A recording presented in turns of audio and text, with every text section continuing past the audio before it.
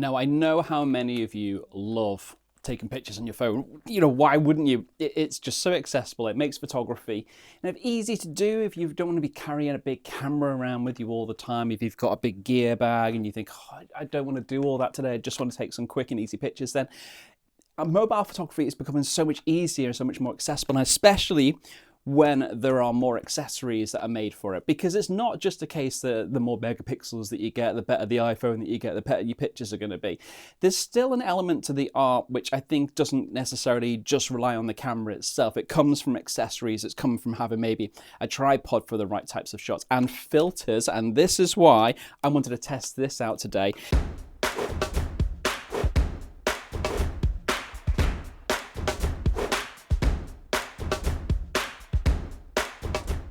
It's a brilliant filter kit that's sent over to us by our mates over at K&F, which is just designed for your phone. So it's effectively there to clip onto your phone and then you can add filters to it. And it actually already comes with a polarizer filter. So I wanted to check it out to see kind of how it works, you know, in terms of practicalities, because we know how filters work when they're on cameras. If you don't, then get in touch. We can give you all the resources and guidance for that.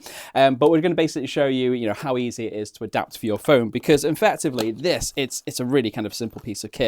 Oh, actually, there's a little bonus inside as well. A cleaning cloth. Thank you very much, guys. Always appreciate it to have a good cleaning cloth. But in terms of the actual kit itself, it comes in its own little bag, which I think is kind of quite cute, quite handy to have.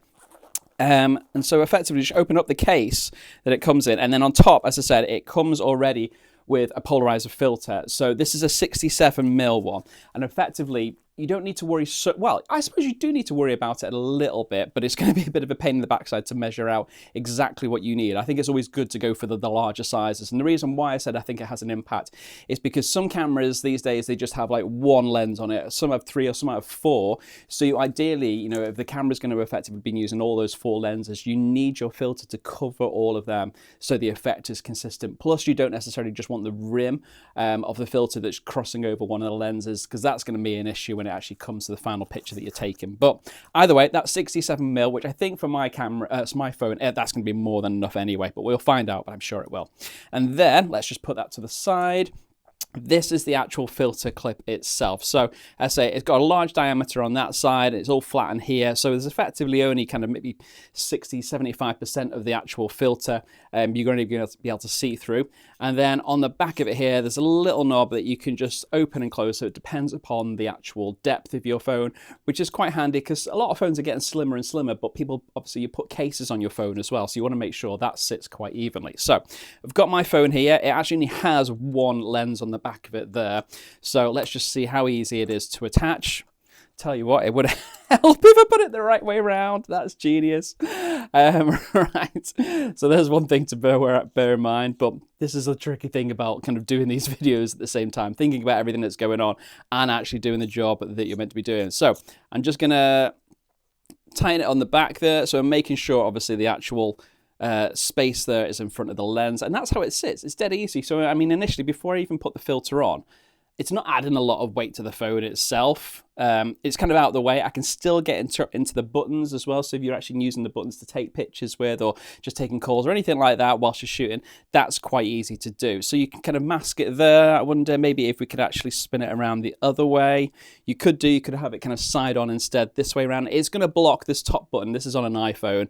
And I imagine a lot of other phones will have a button there as well. So you're probably going to actually just want to keep it onto the top anyway. But it is pretty straightforward, pretty easy. Then let's just get the filter itself. Let's put the phone to the side because it comes in this nice little bag. And if we then just take it off there, always have to be really, really careful with filters. You don't really want to end up touching the glass itself because we have oils on our fingers which can then mark the filter itself.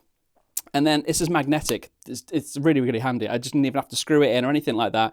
It is magnetic and straight away it's on there. So in fairness, that ain't going anywhere. So that's kind of reassuring to have. So that's effectively how it works and how it attaches. You've still got the ability to kind of spin it around, move it around a little bit, as you can do with some polarizers. But it's the test is in the pudding, really, isn't it? The proof is in the pudding. That's the word. The test is, and the results are.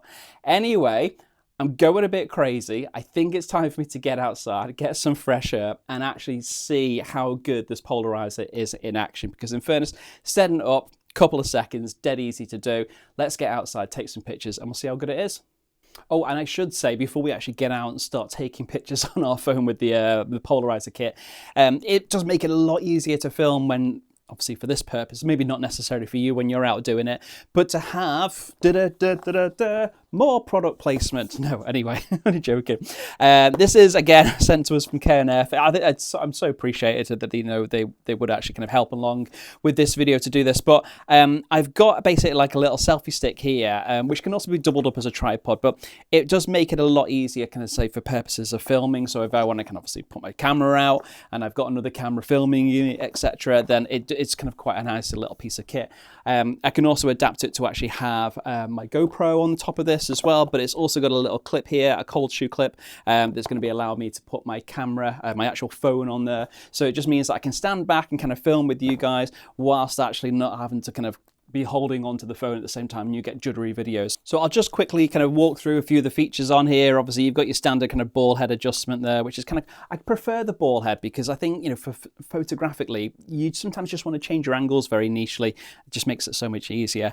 So there's a little remote button on the front here that is just magnetized on, which is pretty cool. So if you want to be taking pictures remotely, you can do that. Basically just kind of triggers up when your camera's connected there. I think that's quite fun. Then you've got obviously your tripod element itself. You just have to kind of pull apart the actual base there, and then you can open up the legs from there. I'm not going to bother doing it right now because I want to also show you the actual, close it up there, the cold shoe attachment on top. This is a little bit kind of Transformer-esque. I think quite like this because they said it can attach in a couple of different items, be it your camera, be it like your action cams, but then this little attachment here, you kind of pull out from the bottom, pull to the side, and then pull up from the top. So it's a little bit of a kind of a multi-stage action. And then this is where you can put your phone. So whether you want to actually have it and you turn the ball attachment and you can go the opposite way around, you can have it that way if you want to hold it vertically. It just makes it so much easier when it comes to vlogging, I find, to actually have a couple of stands, especially obviously going to have the camera on one, because if I'm trying to do two at the same time, if I'm holding the kind of the camera in one hand and then my phone in the other hand and trying to show you guys everything, there's a lot of moving around. You know, sometimes the footage is a little bit unstable. You don't really kind of want to watch that. It's a little bit kind of rubbish. So actually just having another stand and something that, you know, I can actually hold in my hand. I can't do this with a normal tripod. There's too many, all the legs on it make it quite bulky. So this one's a lot more compact, I must say. And in fairness, it goes up, I've watched to read what the box says, 62 inches. You know, that's pretty tall there. So that's going to be what, a good 5 foot 60 inches, isn't it? Yeah, so just over 5 foot. So it's going to kind of come up to a decent height. And it's just going to give me that little bit of stability, but it's also going to make hopefully the video way more enjoyable for you guys to watch. So yeah, again, thank you very much for having a little selfie stick at the same time.